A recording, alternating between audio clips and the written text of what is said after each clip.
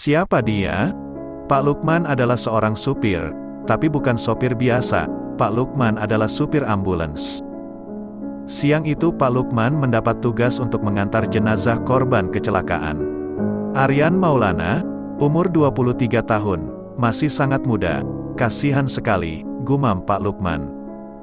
Seperti biasa sebelum berangkat Pak Lukman menyiapkan ambulans, memeriksa apakah ada yang rusak atau masalah pada mobilnya, apalagi kali ini Pak Lukman akan mengantar jenazah keluar kota. Harus diperiksa dengan teliti, agar jangan sampai terjadi sesuatu akibat keteledoran. Selanjutnya Pak Lukman mengambil berkas tentang jenazah yang akan dikirim. Dirasa semuanya lengkap, Pak Lukman pun berangkat menuju ke rumah duka. Kali ini perjalanan memakan waktu yang cukup lama. Masuk waktu sholat Isya, beliau berhenti sebentar untuk menunaikan sholat fardu dan makan malam seadanya. Beliau melanjutkan perjalanan. Sesekali melirik jam tangannya, Pak Lukman terkejut ketika menyadari waktu sudah larut malam, tepat pukul 11.45 WIB.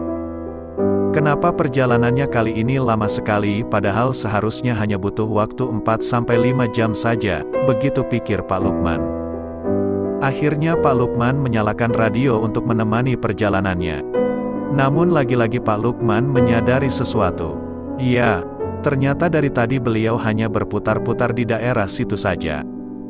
Merasa putus asa, Pak Lukman menghentikan mobilnya dan memilih keluar dari mobilnya. Untuk menenangkan pikirannya, beliau beristighfar berkali-kali lalu menyalakan sebatang rokok dan menghisapnya. Waktu sudah menunjukkan pukul 2 pagi, Pak Lukman harus kembali melanjutkan perjalanan. Namun saat membuka pintu mobil, betapa terkejutnya beliau saat mendapati telah ada seseorang yang duduk di jok penumpang depan. "Anda siapa?" tanya Pak Lukman sambil memperhatikan orang itu. Seorang lelaki muda, gagah dengan badan tegap, memakai jaket kulit warna hitam, dengan potongan rambut cepak seperti tentara. Lelaki itu tersenyum sambil mengangguk pada Pak Lukman. "Nama saya Lana, Pak. Sepertinya Bapak tersesat. Jika Bapak tidak keberatan, izinkan saya mengantar Bapak sampai ke tempat tujuan," jawab pemuda itu dengan sopan. Sepertinya dia orang baik, pikir Pak Lukman. Setelah menyetujui dan memberitahukan alamat yang sedang dituju, dan Lana mengatakan bahwa dia tahu dan akan mengantar sampai rumah duka, akhirnya Pak Lukman melanjutkan perjalanan ditemani lelaki bernama Lana itu. Sambil terus berbincang diselingi gurauan, tidak terasa Pak Lukman sudah sampai di batas desa tujuan. Pak Lukman heran, ternyata tempatnya sangat dekat, tapi kenapa dari tadi tidak ketemu. Sesampainya di rumah duka, Pak Lukman langsung turun meninggalkan Lana begitu saja, dan menemui pihak keluarga untuk memastikan segala sesuatunya. Lalu ketika akan menurunkan mayat dari mobil, Pak Lukman menyadari sesuatu, Lana sudah tidak ada di jok depan. Mungkin dia sudah pulang ke rumahnya. Sepertinya dia tinggal di sekitar sini, begitu pikir Pak Lukman. Namun saat Pak Lukman menoleh ke arah ruang tamu rumah itu, Pak Lukman kaget melihat sebingkai foto berukuran besar dipajang di dinding ruangan. Seperti tidak asing dengan wajah itu, Pak Lukman menyipitkan mata mencoba memastikan wajah dalam foto itu.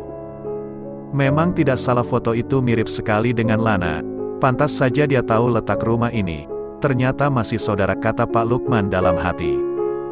Untuk mengobati rasa penasaran, akhirnya Pak Lukman bertanya pada salah satu anggota keluarga tentang siapa orang dalam foto itu. Dan jawaban orang itu membuat Pak Lukman beristighfar. "Dia anak bungsu keluarga ini, Pak. Namanya Aryan Maulana, kami biasa memanggilnya Lana. Seharusnya dia menyelesaikan pendidikan militernya tahun ini, tapi dia mengalami kecelakaan saat akan pulang untuk liburan." Selesai.